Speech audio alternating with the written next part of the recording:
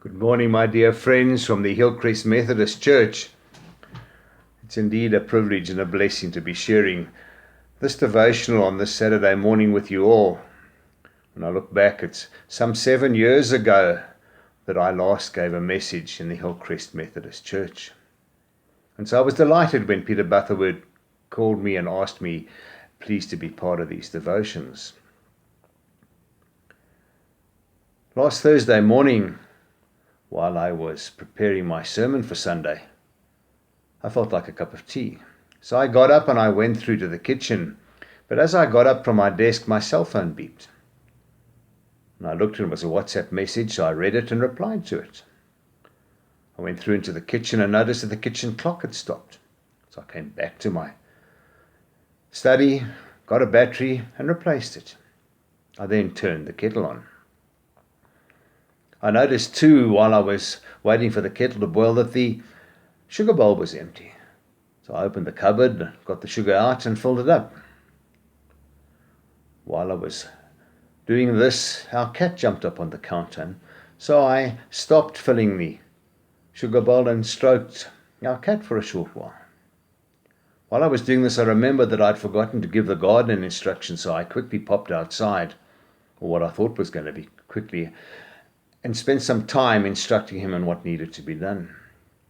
I came back inside again, noticed that our daily calendar hadn't been changed to the current date, so I did that and moved back into the kitchen. Of course, I had to reboil the kettle. I then made my cup of tea and came back into my study. As I came back into the study, my cell phone beeped again. So I stopped, looked at the message, and replied to it. And finally again sat down sometime later to continue with my sermon. I had to recollect my thoughts because I'd been away from my preparation for some time. Does this all sound familiar to you? Distractions. Our life is plagued with distractions. And so, talking of distractions, I'd like to read a short passage from Luke's Gospel. It comes from the story where Jesus visits Mary and Martha in their home in Bethany. And I read from chapter 10, verses 40 to 42. But Martha was distracted by her many tasks. So she came to him and asked, Lord, do you not care that my sister has left me to do all the work myself? Tell her then to help me. But the Lord answered her, Martha, Martha, you are worried and distracted by many things. There is need of only one thing. Mary has chosen the better part, which will not be taken away from her. Thanks be to God for his word. Martha, Martha, you are worried and distracted by many things. Sound familiar again? Of course, if we look at it, what Martha was doing was not really wrong. In fact, her intentions were very laudable. She wanted to serve Jesus.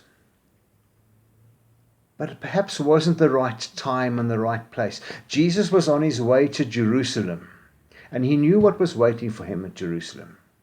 The cross awaited him.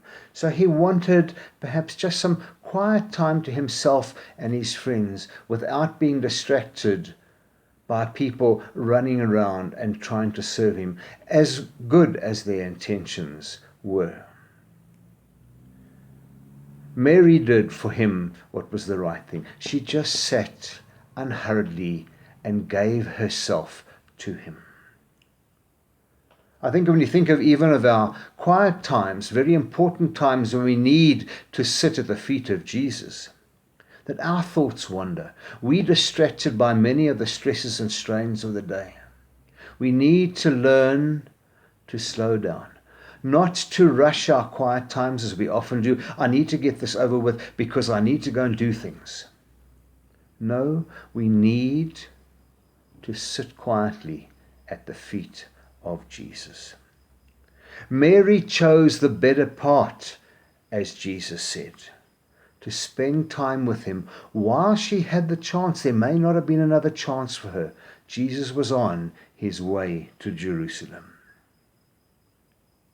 So Jesus calls us to rest at his feet, to turn away from the distractions.